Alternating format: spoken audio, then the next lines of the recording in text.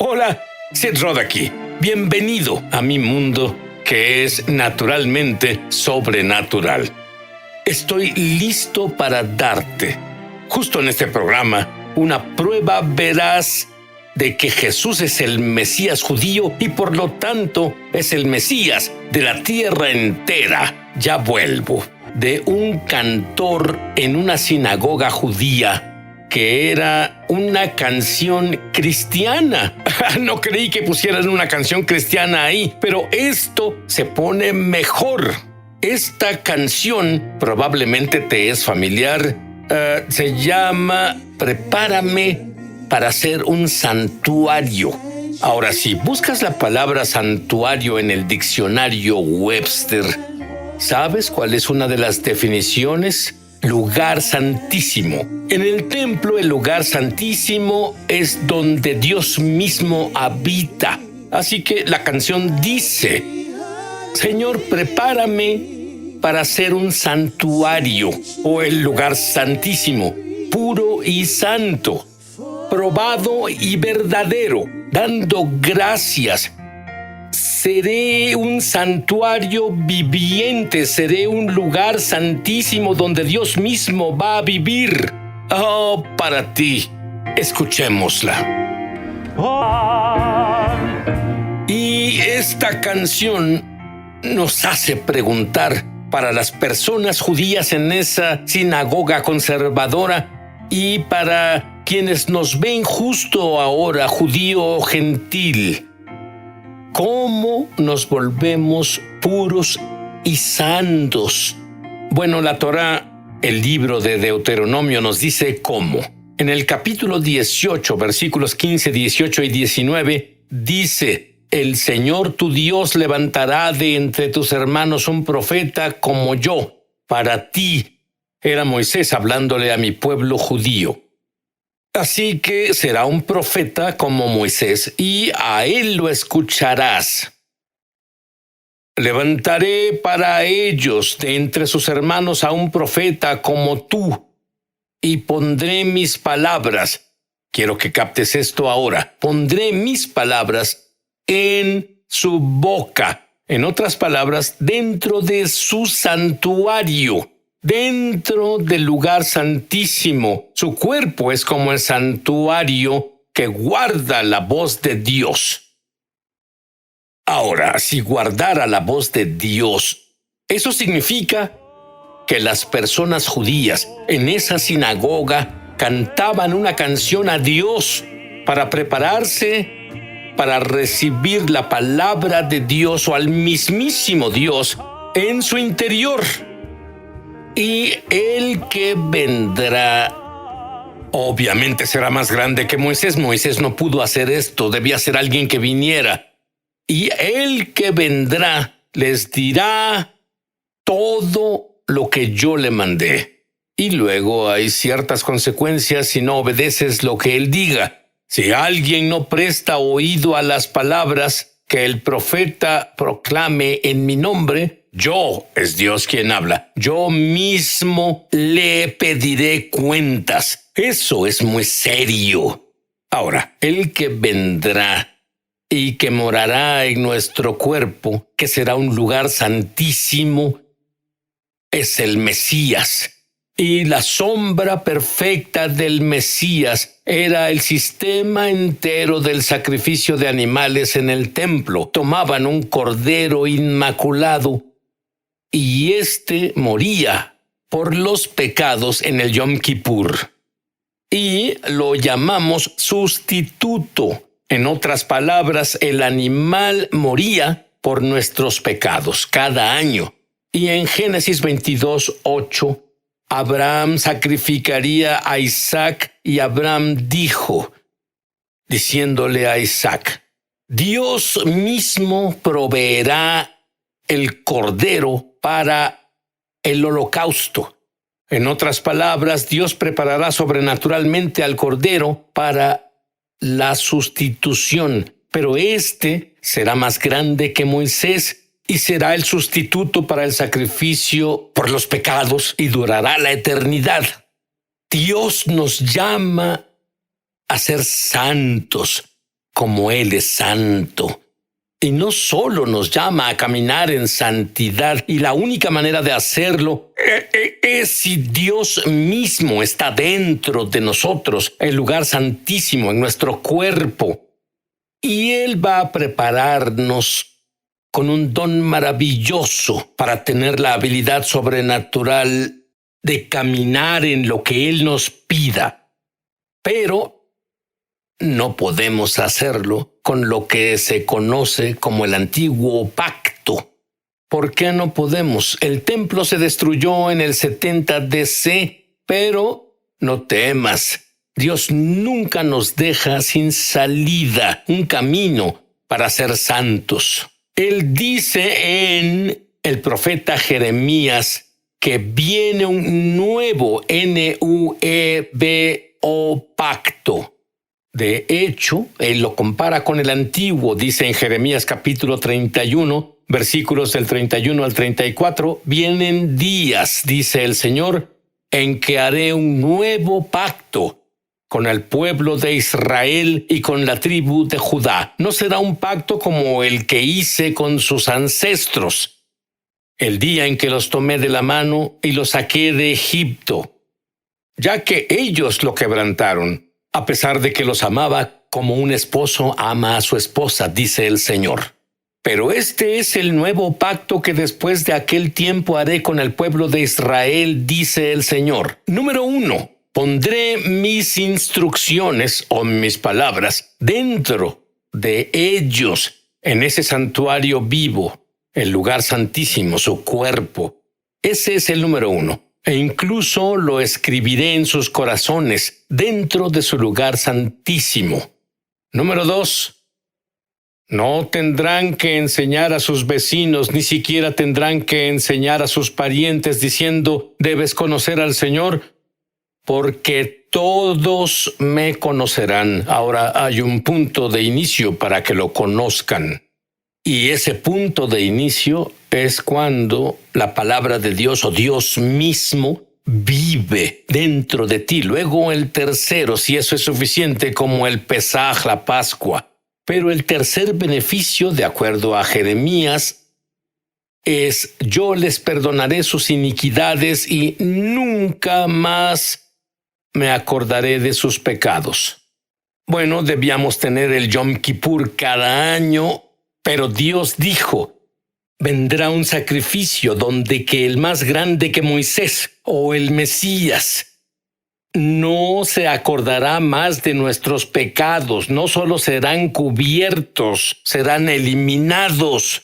Se explica en el libro de Gálatas, 3 capítulo, el versículo 24, de manera que la ley ha sido nuestro ayo para llevarnos a Cristo, a fin de que fuésemos justificados por la fe. Y justificado es un término legal que significa exonerar. Fuimos exonerados del todo, somos libres. Se nos declaró inocentes en la corte celestial. Evangelio significa buenas nuevas. La buena nueva es la historia de amor de Dios, de la restauración de la humanidad. Tú debes saber que mi padre nació en Polonia y el símbolo de gran antisemitismo para él era el cristianismo. Así que cuando me volví un creyente del Mesías, un creyente públicamente del Mesías, él no pudo entenderlo, no tenía sentido para él y no me permitió explicárselo, pero un día él dijo, bien, muéstrame por qué este Jesús es el Mesías. Y fui a una profecía hecha por el profeta judío Isaías, y esto es lo que leí.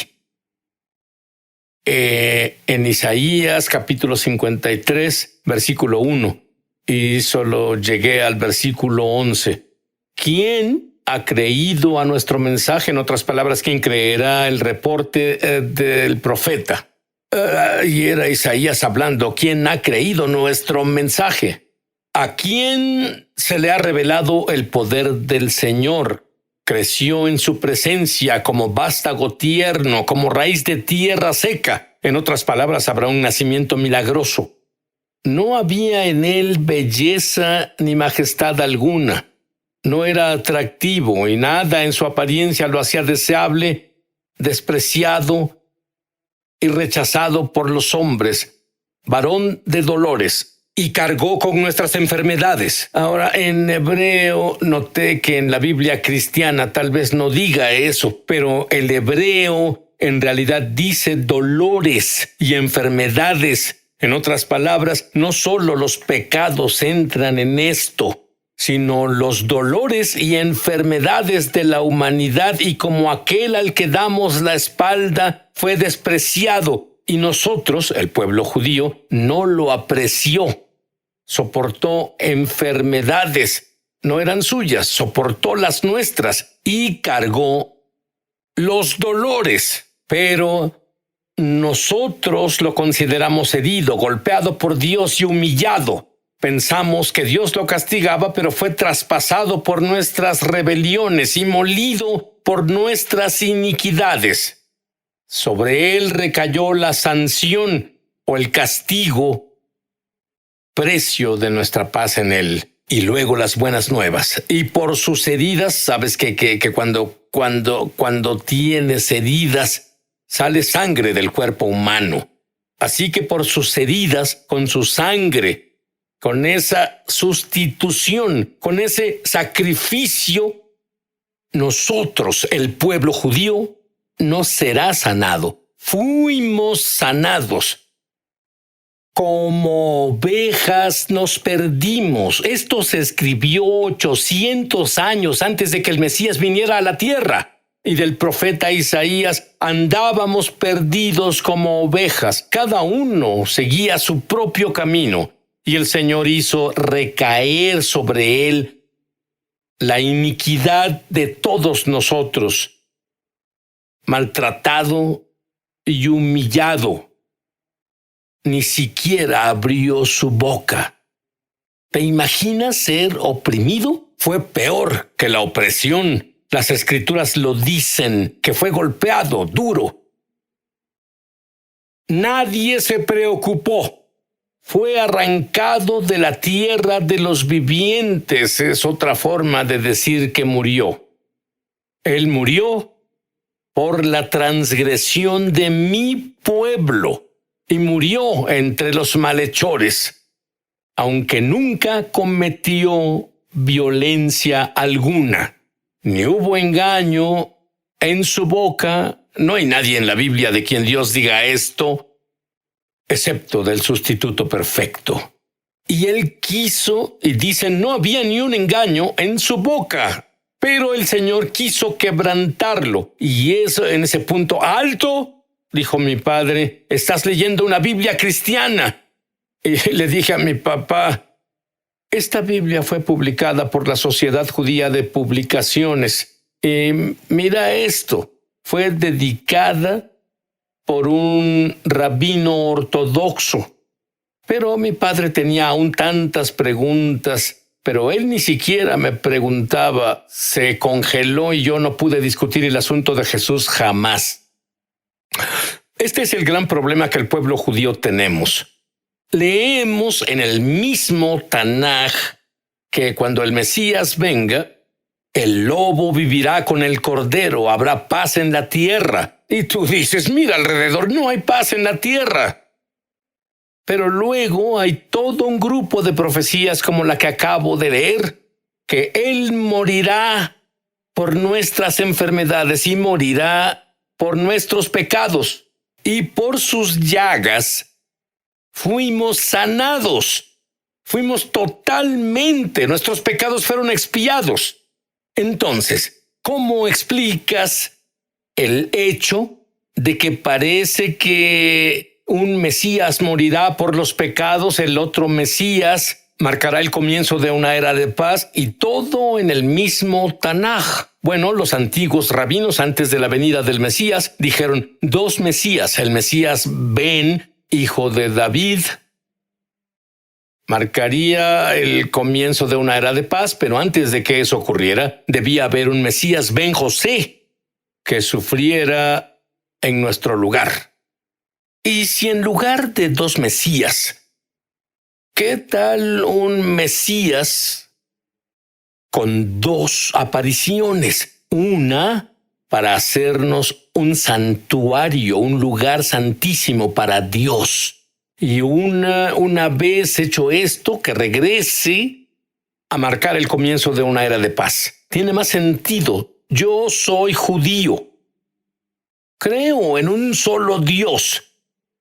Su nombre eterno, según la Torá, es el Dios de Abraham, Isaac y Jacob. Y un Mesías, el judío, Jesús.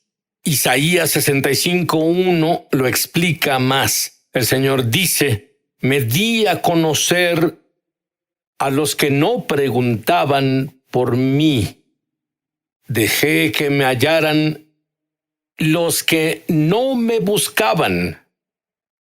A una nación que no invocaba mi nombre le dije: aquí estoy, aquí estoy. A una nación, y la palabra nación en hebreo es goim, los gentiles, dije: porque mi pueblo judío no respondió, dije al goyim: aquí estoy, aquí estoy. La goyim que no clamó mi nombre. En otras palabras, las Escrituras dicen que los gentiles seguirán al Mesías judío. Yo creo en un Dios, el Dios de Abraham, Isaac y Jacob, y en un Mesías, el judío, Jesús. Hay un problema, tanto para judíos y gentiles. Todos somos la misma raza, la raza humana. Se revela en Salmo 143, versículo 2. No lleves a juicio a tu siervo, pues ante ti nadie, judío o gentil, ninguno vivo es justo. Pero Job 1:8. Él era muy justo. Dice: luego el Señor preguntó a Satanás. Él presumía Job. Él dijo: ¿no has considerado a mi siervo Job? Que no hay otro como él en la tierra. Varón perfecto y recto, temeroso de Dios y apartado del mal. Pero luego Job, capítulo 42, versículos 5 y 6. Él tuvo un encuentro con el Dios viviente. Y aunque él pensó que era justo, aunque Dios lo llamó justo, esta fue su reacción cuando tuvo un encuentro con Dios. De oídas había oído hablar de ti, no en experiencia, pero ahora te veo con mis propios ojos. Por tanto, me retracto de lo que he dicho y me arrepiento en polvo y ceniza. El hombre más justo de la tierra, cuando estuvo en la presencia y santidad de Dios, él dijo lo mismo que el profeta judío Isaías dijo. Isaías 6:5 dice: entonces dije, se terminó, estoy muerto. Este es el gran profeta de Israel. Estoy muerto, pues soy un pecador, el gran profeta de Israel. Tengo labios inmundos, el gran profeta de Israel, y habito en medio del pueblo, el pueblo judío, con labios inmundos. Han visto mis ojos al Rey, Jehová de los ejércitos.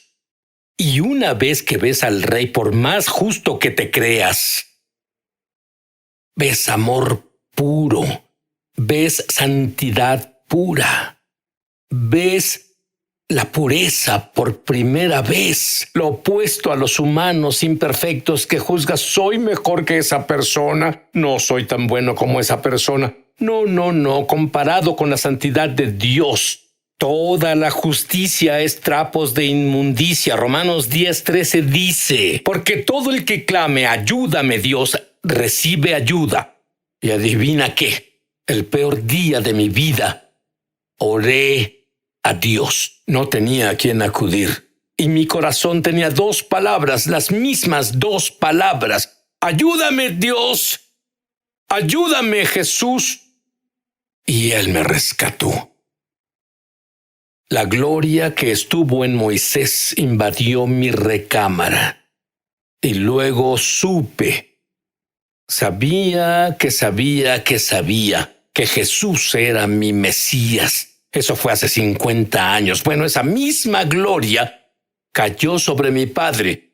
El último día de su vida estaba en cuidados intensivos. Él rechazó creer o incluso hablar sobre el Mesías prácticamente mi vida entera. Y mi hermana y yo entramos al cuarto de hospital donde no había esperanza. Pero una semana antes entré en ese cuarto y la gloria tangible de Dios estaba sobre mí. A donde iba podía sentir esa gloria de Dios. Donde iba podía sentir la presencia de Dios. Era la misma gloria que estaba sobre Moisés. Y esa gloria cayó sobre mi padre y con mis propios oídos lo oí. Hago a Jesús mi Mesías y Señor.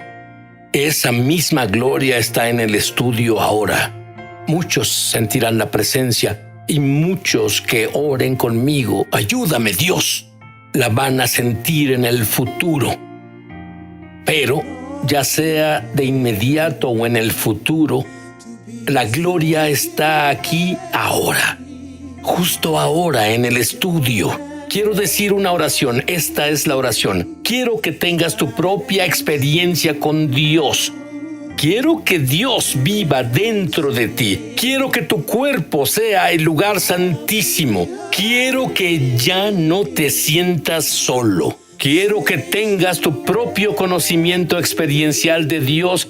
Y si dices esto en voz alta, ahí donde estás, y lo dices desde el fondo de tu corazón, Dios que está afuera entrará en ti y tu cuerpo se volverá un santuario para Dios, un lugar sagrado.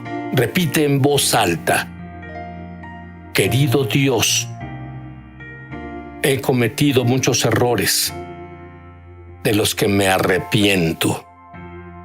Creo que la sangre del Mesías fue mi sustituto por los pecados que he cometido. Y de acuerdo con tu palabra, no recuerdas más mis pecados. Y desde este momento soy santo a tus ojos. Ahora que soy santo a tus ojos, no debido a lo que hice, sino por lo que el Mesías hizo por mí, te pido que me prepares para ser un santuario, un lugar santísimo para albergar tu presencia. Entra en mí, Jesús. Te hago mi Mesías y Señor. Amén. Y amén.